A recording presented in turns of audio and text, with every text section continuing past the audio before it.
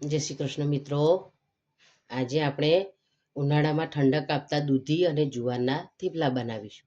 એની માટે મેં આ દૂધી લઈ લીધી છે. એને આપણે ધોઈ અને છોલી લઈશું અને છીણી લઈશું. આ રીતે આપણે એને છોલી લઈશું, લઈને આપણે એને છીણી લઈશું. તમે જોઈ શકો છો આપણી દૂધી છીણાઈ ગઈ છે. હવે આપણે એમાં 3 બાઉલ જુવારનો લોટ ઉમેરીશું. 1 બાઉલ આપણે ઘઉંનો રોટલીનો લોટ આવે છે તે ઉમેરીશું. કેમ કે જુવાર ગ્લુટન ફ્રી હોય છે એટલે આપણે એમાં ઘઉંનો લોટ બાઇન્ડિંગ માટે ઉમેરવાનો રહેશે. હવે આપણે એમાં સ્વાદ મુજબ મીઠું ઉમેરીશું,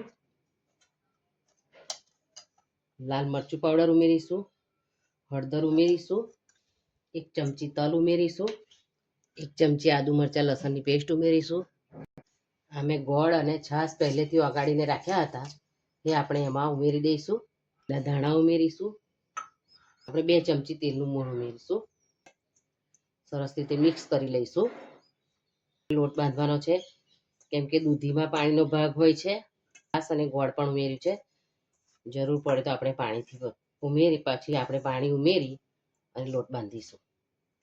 આ રીતે આપણે થોડું થોડું પાણી ઉમેરી અને આપણા લોટને બાંધી લઈશું સરસ રીતે. આપણે લોટને થોડો મસળવાનો છે જેથી આપણા થેપલા ફાટી ના જાય.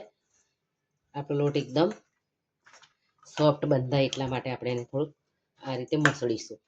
આવો સોફ્ટ લોટ તૈયાર કરી લેવાનો છે. હવે આપણે થેપલા બનાવી લઈશું. એની માટે આ રીતે આપણે લુઓ તૈયાર કરી લઈશું. હવે આપણે એને વણી લઈશું. સોફ્ટ હાથે વણવાના છે.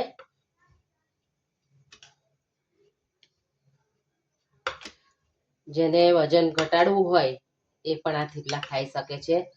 કેમ કે જુવાર પણ વજન ઘટાડવામાં મદદ કરે છે અને દૂધી પણ વજન ઘટાડવામાં મદદ કરે છે. એટલે આ વજન ઘટાડવા માંગતા હોય એ લોકો પણ આ થેપલા ખાઈ શકે છે. ડાયાબિટીસ વાળા પણ આ થેપલાને મોજથી ખાઈ શકે છે. કેમ કે આપણે એમાં ખાંડ નથી ઉમેરી ને ગોળ ઉમેર્યો છે. હવે આપણું થેપલું વણાઈ ગયું છે. હવે આપણે એને શેકી લઈશું. હવે આપણે થેપલાને તવી પર લઈ અને શેકી લઈશું. આપણે પલટાવી લઈશું, બીજી બાજુ ચડવા દઈશું. આપણે તેલ ઉમેરીશું.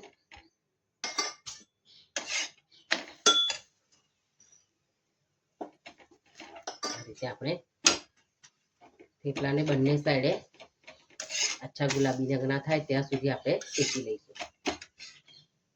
થેપલું શેકાઈ ગયું છે. આપણે એને પ્લેટમાં લઈ લઈશું. આ રીતે આપણે બધા થેપલા શેકી લઈશું.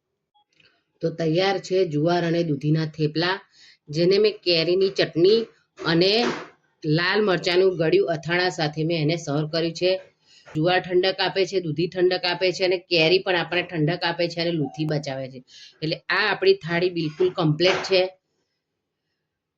તો તમે એને ચોક્કસ એકવાર ટ્રાય કરજો અને મને કમેન્ટમાં લખીને જણાવો કે મારા બનાવેલા થેપલા તમને કેવા લાગ્યા. મારો વિડીયો ગમે તો લાઈક અને સબસ્ક્રાઈબ જરૂર કરજો. Thank you.